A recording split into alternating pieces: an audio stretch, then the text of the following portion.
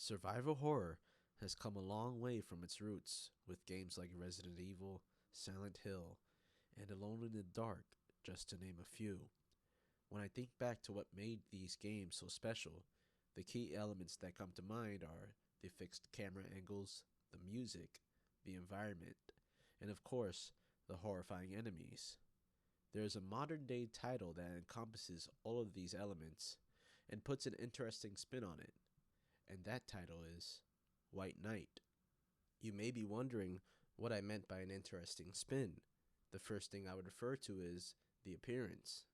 White Knight is played completely in black and white, making you feel as if you're watching an old school horror film like Night of the Living Dead or House on the Haunted Hill for all of my old school cinema buffs.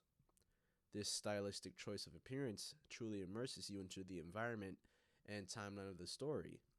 Speaking of the story, let's start there.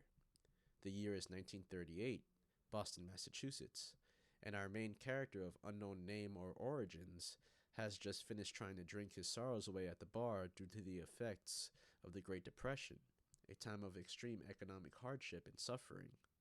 While driving under the influence, you almost hit a woman in the road and crash your car, leaving you severely injured. Just a quick side note, you can actually take control of the car during this introduction, giving you the capability to steer on a fixed road while the credits roll past. Or you can speed up and get straight to it. A nice touch to get you completely invested. Now, as I was saying, you search for the woman to see if she is okay, and there is no sight of her. Instead, you find an eerie looking mansion on the side of the road and decide to see if the owners are home so you can get some medical assistance. In desperation, you find a hidden key and enter the creepy mansion that is, of course, without power and is where our horror filled adventure begins.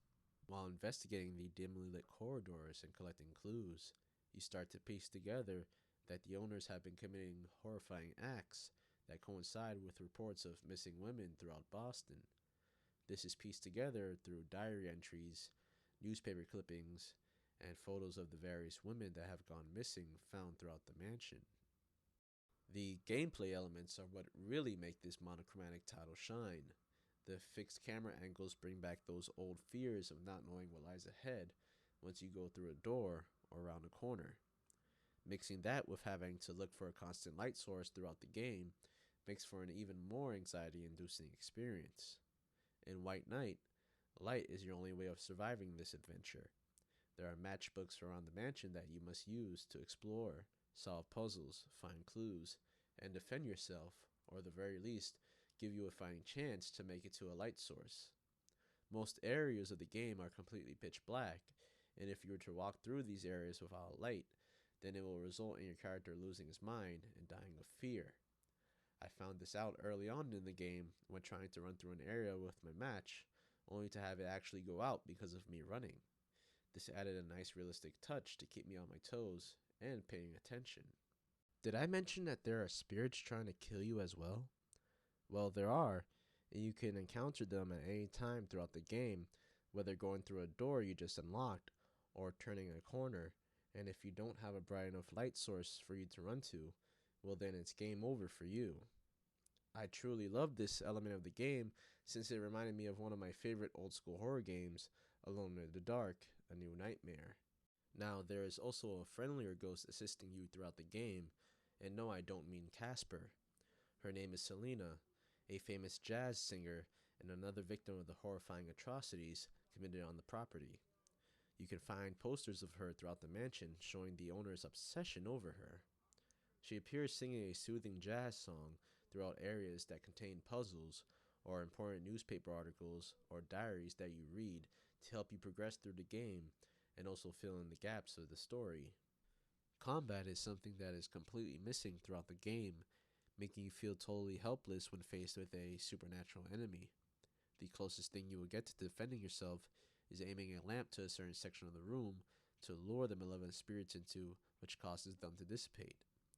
This forces you to think ahead and explore an entire area once entering to make sure you have some type of light source and a way to quickly exit if need be. To top everything off, we cannot forget about the music, which plays a huge role in setting the mood of the game just as much as the main characters and environment. Beginning with the title screen, as you scroll through the options, you'll notice that every option you reach is a piano note. Just take a listen.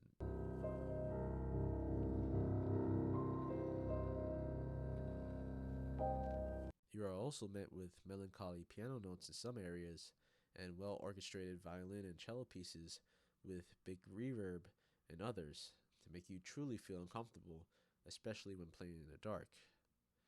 Let me give you guys a break from this narration so you can take a listen.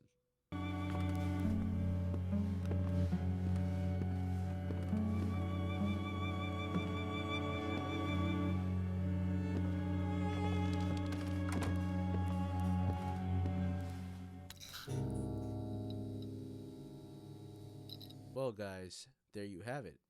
A game that truly captures the elements of survival horror from the past and modernizes it even with fixed camera angles and a very noir style design. If you enjoyed this review and would like to see more, please drop a like and subscribe, and I will see you on the next one. Thanks for watching.